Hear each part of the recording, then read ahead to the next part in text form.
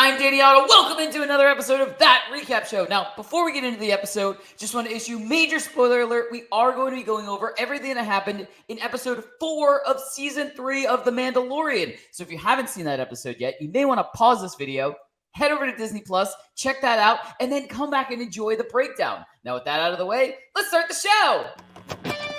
Poppin' Off presents That Recap Show.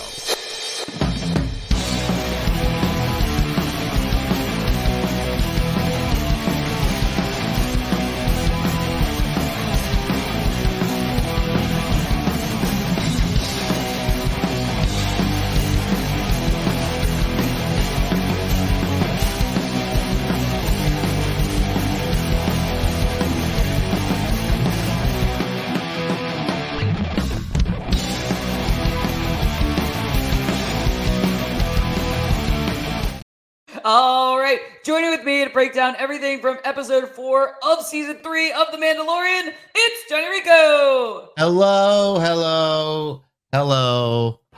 Hello there. How we doing? Doing good. I'm pumped up after this episode.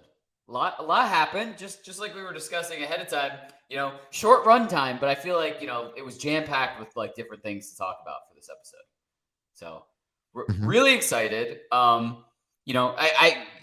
brain works the same on every series we're watching, whether it's, Last of Us, which has just been brutal, but like incredible, or like, The Bad Batch, which is kind of light and just a fun show, or this, which kind of toes the line between both of them. Things had like a lot of action and then like, some ups and downs along the way.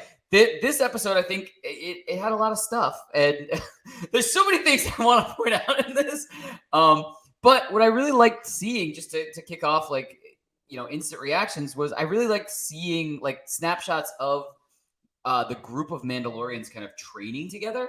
I thought that was really cool to see. Not only that, but when we saw, them break off into kind of the hunting party and stuff like that, seeing them all work together, we haven't really, had a chance to kind of actually see that for more than just like a split second since season 1, when we had like Din kind of Navarro fight. Yeah. So that was really cool to see. One of the other things I had to point out is that Bo-Katan's hand finally got a question answered that, I don't know about you, but I've been wondering for a long time, is how do Mandalorians eat when they can't take their helmet off around anybody else? And it was just a very simple answer. We go find a place that no one else can see us. So it was a very matter-of-fact answer, but I thought it was, the perfect question to answer. Not only that, but I'm skipping ahead to the end of the episode, but we got some giant flying monster bird babies. Cue How to Train Your Dragon sequence. Yeah! Okay there, bud. We're going to take this nice and slow. Like, that's all I could think when the end happened. I was like, that's what he did. That's going to happen now. And now I have to go back and watch that movie. Anyway, but Rico, what were some of your initial reactions from this episode? Yeah, I love this episode for the 27 minutes that we got of an episode. The short run times for some of these episodes can be pretty brutal to watch because it's always the episodes that you really want more out of too. Because I was really digging one, like you said, the kind of the dynamic between all the Mandalorians working together, especially Bo-Katan kind of showcasing her skills to the group amongst them, and then of course the respect that they show back to her too. Now that she's a member of the Creed is also pretty awesome to see. But yeah, going back to what you were talking about with the how they eat without their helmets and stuff like that. That was pretty funny because he's like, yeah, no, we just go find a place and go eat by ourselves. And I think it was also in season 1 when he goes to that kind of that one little settlement where it's like the nice little ponds, stuff like that. And they give him a room and he finally like lets everyone leave. Lets the go play with Grogu, and then he takes off his helmet and he can kind of eat in peace. So they have to like literally find these moments where they can just kind of be by themselves and then kind of have that little moment of peace, basically. But the kind of like sad part about that is it's like, even though this whole creed is kind of like, oh, we're loyal to each other, we stick together, stuff like that. but when they're like having like these like but they can have like these like campfire bonding moments while eating their dinner, but they can't because they can't show each other's faces. So it's like it's a weird kind of like contradicting behavior, I guess. Yeah. And you can kind of see that in Bo-Katan when like she they gave her the honor of being by the campfire, but I don't think she wanted to be eaten alone. Like when she has a whole group of Mandalorians, she's been alone for a while already. Like so, I think there's like that whole camaraderie kind of missing still. But I really like the developments for Bo-Katan and also Grogu in this episode. So I'll get a little bit more into that later because there was some pretty awesome stuff that happened. And yeah, man, short run times, brutal. Yeah, and I completely understand what you're saying. Like that, definitely wanted to see more aspects of this episode, but I just we got so much in such a little amount. I can't complain because I'm just so happy with what we actually got. Um, but anyway, you want to get to some big takeaways? Yeah. Awesome. All right, I'm gonna kick off big takeaways. Only because I'm so excited about this. This is what we got. It was basically Grogu's big day. Everything's coming up, Millhouse. That's what like the other title of this episode could have been. Like, yes, a lot of other things happened, and we saw like Bo-Katan leading a hunting squad. We saw all of this stuff. But really, there were some really key moments that we got to see with Grogu, and I'm not even going to get into what I know you are excited to talk about. I'm strictly talking about what's happening in the present time with Grogu during this episode. Basically, we got him, doing a training fight and winning a training fight, like first one. Yeah. We see him getting a new piece of armor from the armorer, like which is like the biggest bling I've ever seen. Like, it's just Yeah, we'll grow into it. She said, so. It's so big. And he has to be happy about the fact that he isn't the one that the big giant dragon monster decided to take away for a meal. Like, yeah, I consider that a win for Grogu too. He got to just kind of hang out and kick back with the armorer for this episode. He was just kind of like, good. Oh no, like yeah. But yeah, I mean, I solid episode for like the development of Grogu as a step into, I guess, the life of being a foundling. Like he's almost there. Like that's what they're starting to consider him as a foundling. And I know one of the biggest things was he can't put on a helmet yet because he isn't speaking like yet. So he can't say the creed or anything like that. So he's not bound to wear a helmet yet. What's also interesting is, at the very beginning of the episode, we see him using his force powers also. So like we got to see him not only do a little bit of training as a foundling / Mandalorian, but we got to see him still training with the force and stuff like that. So, I mean, if he decides to be a Mandalorian, he's going to be, one of the most powerful Mandalorians ever, type of thing. Because he's got like the best of both worlds in there. But Rico, what were some of your big takeaways from this episode? Yeah, it was cool how they kind of started to treat him like another one of like this part of the group too. So it's just not like he's like this little like it's Din's little pet Grogu friend. It's his son. Kind of like the way that Ragnar is Vizsla's son, the one who gets taken by the Night Owl. So, but going back to Grogu, we were talking about what he stays back with the armor when they go back on the hunting mission to go get Ragnar back, from being swallowed and so that got to his babies. That was such a weird sequence. But but while they're doing their thing, this was actually kind of a cool kind of a callback to season 1 too. When the armor is kind of saying this is the forge and kind of talking about the significance of that, and she starts crafting the new piece of armor for him. When it's the little things coming down, hammering down the metal, and they'll cut back to Grogu before it went back to the flashback that we're about to talk about here. That was pretty much just like in season 1 when would do the same thing. She would make his new piece of armor, and it would cut back to flashbacks of Din when Death Watch saved him as a child. So I thought the way they were able to do that, because their two journeys are really similar, and of course being the whole father son kind of mirroring thing. But I really love that. But the flashback that we get here for Grogu is we finally get to see who saved him at Order 66 and took him away from the Jedi Temple. And boy, there's a few great things that are about this. I'll talk about the character first. The character's name is Kelleran Beck, also known as the Sabered Hand. And this character has shown up in Star Wars before, technically. There's a YouTube series called Jedi Temple Challenge, which is basically like their Legends of the Hidden Temple style kids game show. And it was hosted by Ahmed Best, who played this character, Kelleran Beck. And his whole kind of like canon storyline was that he kind of oversaw Jedi Padawans doing like their Jedi their trials.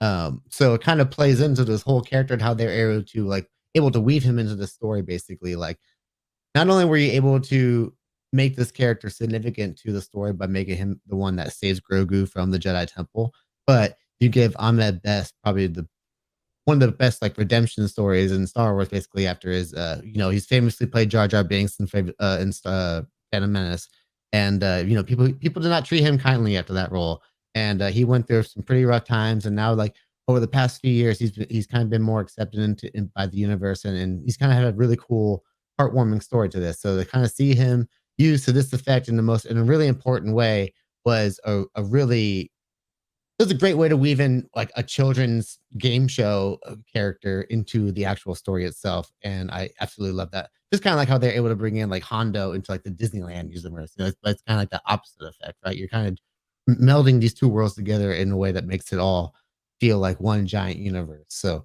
yeah, I really really love that. And of course, shout out to Ahmed Best, who had a super badass Jedi sequence of him just taking out some clones, double lightsaber wielding. They call him the Sabered Hand, and you got to see exactly why in that sequence. And he took some dudes out. And man, I'm really interested to see where they take that character's journey, because we see them take off, but we don't know what happens from there, right? Like I can't imagine things aren't going to go well for his character, because Grogu is so important that he's one that you would die for. So yeah, amazing moment. Yeah, I as soon as the flashback started, I was like, I know Rico's going to talk about that. It's like, I didn't even have to look at the rundown. I was like, I know this is going to be what he wants to talk about. I was hoping Quinlan Voss was going to be the one that saved him, because he was referenced in Kenobi, but maybe there's still a chance that those two can still find a way to each other. There's still hope. There's still a lot of little Easter eggs that, we're hoping, or breadcrumbs, I guess. Maybe not Easter eggs, but breadcrumbs that we're hoping kind of lead to, some of the really cool, bigger rumored things to happen this season. Stuff like that. But you want to get to some predictions? Let's do it. Awesome. Why don't you kick off predictions? Okay.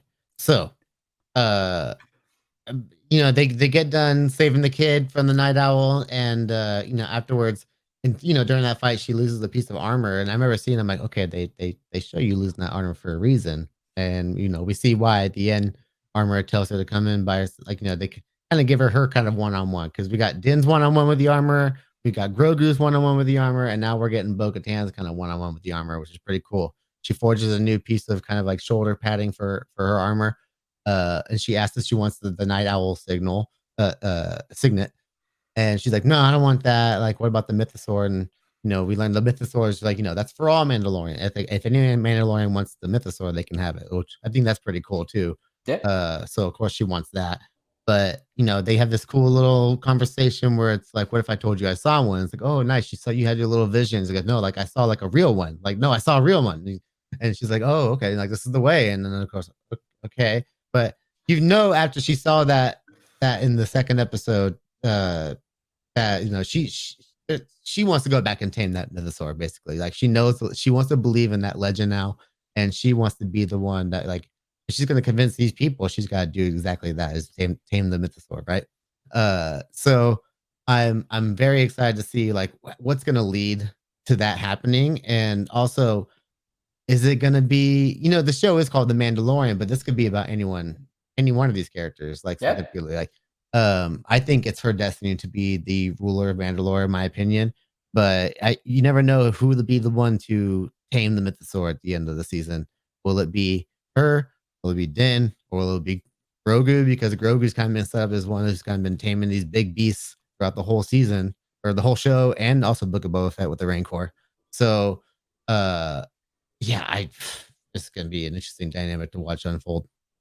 Yeah, I totally agree. Just listening to what you were talking about, I just had like a thought of, and this isn't any like super profound thought that I've ever had. I actually think I've had this thought about Bad Batch. Actually, um, what if 2 seasons from now, or whenever, because I feel like the Mandalorian is so well received that they're going to be able to end this series whenever they want to, like on their terms, type of thing.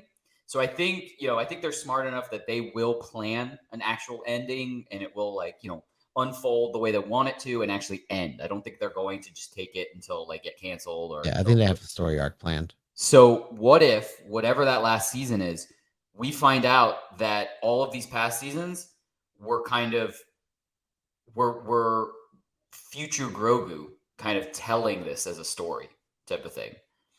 And what if it was like, it does turn out that the Mandalorian could refer to anyone, but what if it referred to grown up Grogu, who is now the Mandalorian, and it's years past since Bo and Mando are gone, type of thing, and this is him now, and he's telling either a group of foundlings himself, or you know what I mean, like just kind of telling, almost like in Love and Thunder when Korg is telling the story, you find out like that's the whole thing is he was telling the story all along, type of thing, like almost something like that, but on a different level. But I just was like, as soon as you were explaining that, like it could be, we don't know exactly who the Mandalorian is referring to, because they all are technically Mandalorians in their own right. I mean, we even see Grogu is technically being raised now as a foundling. So eventually, if the same thing happens, he's going to progress into becoming a Mandalorian. If he so chooses, I guess. But yeah, I mean, it's really interesting to kind of think of it in that terms. I've never really thought of that before, because mainly we've been following, Mando as the lead in this. And it could just turn out to be, Mandalorian. We weren't talking about Mando. Like, he is Din Djarin. Like, he is one of many Mandalorians, type of thing. So it's really interesting to think about it that way, though. And everything's told in chapters too, so you can be like, instead of like old texts that go back to tell different stories. There's a book of Boba Fett and there's a book of the Mandalorian. Like that's the whole thing. So there's a whole lot.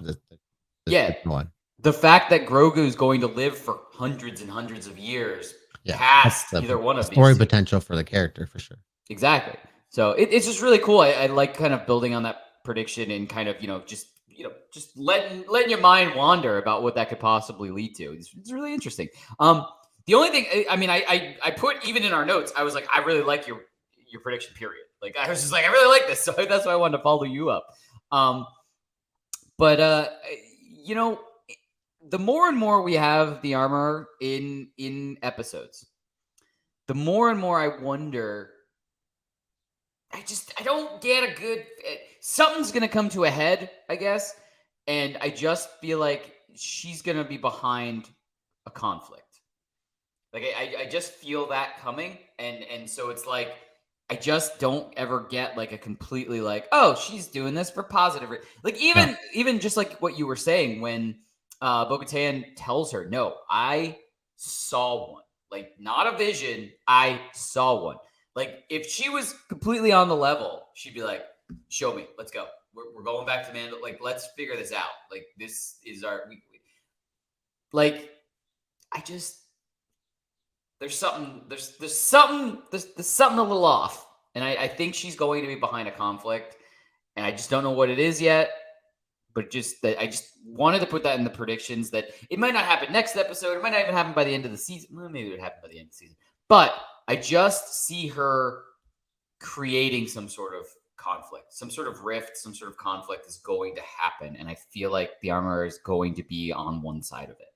And she's not going to be on the good side of it, if that makes sense. So... Yeah, I mean, she's a religious zealot, basically, right? So at the end, they're always been stuck in their ways, so that could always be the beginnings of a conflict right there, just in itself. It would be funny if something kind of happens to her that they kind of forces her to work against her own ideology. Like, what if her helmet gets knocked off in a fight or something like that, and then She has to go back to Mandalore too, but she's been trying to protect people from going there for a while. So and kind of keeping these people safe as much as you can. So I don't know.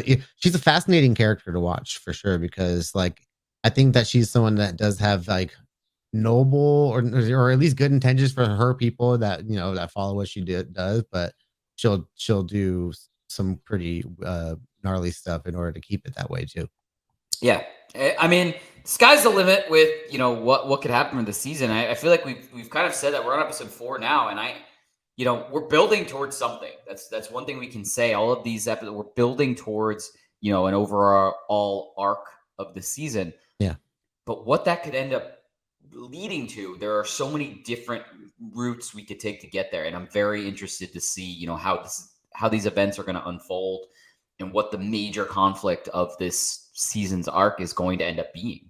It's very interesting. Like I mean that in the best way possible. I don't mean it in a bad way. Like, I don't like this. It's too open to interpret. I like kind of not 100% knowing what's coming next, and that's for sure. Yeah, it's really enjoyable to kind of be thinking, oh, what could that lead to? What could this lead? It's really cool. So, the looming threat of the Empire still, or with the remnants of the Empire or the beginnings of the First Order. Who knows? Yep. Yeah. Sky is the limit. But as we always say, that's what we think. Let us know in the comments below. What did you think of episode 4? And what do you think is going to happen next? Are we going to finally get Grogu's first words? Are the first words going to be, this is the way, and we're going to, have him kind of be introduced officially as a foundling? Or is it going to be something else? Who knows? It could be anything. It could be Mando for all we know. But anyway, that's what we think. And let us know in the comments, like, what are you looking forward to see happen towards like this season? Like, what do you think the major conflicts are going to end up being? And as always, don't forget to like, subscribe, and turn on notifications to hear about all of our latest audio and video podcast releases. Bye, everybody! Popping Off presents That Recap Show.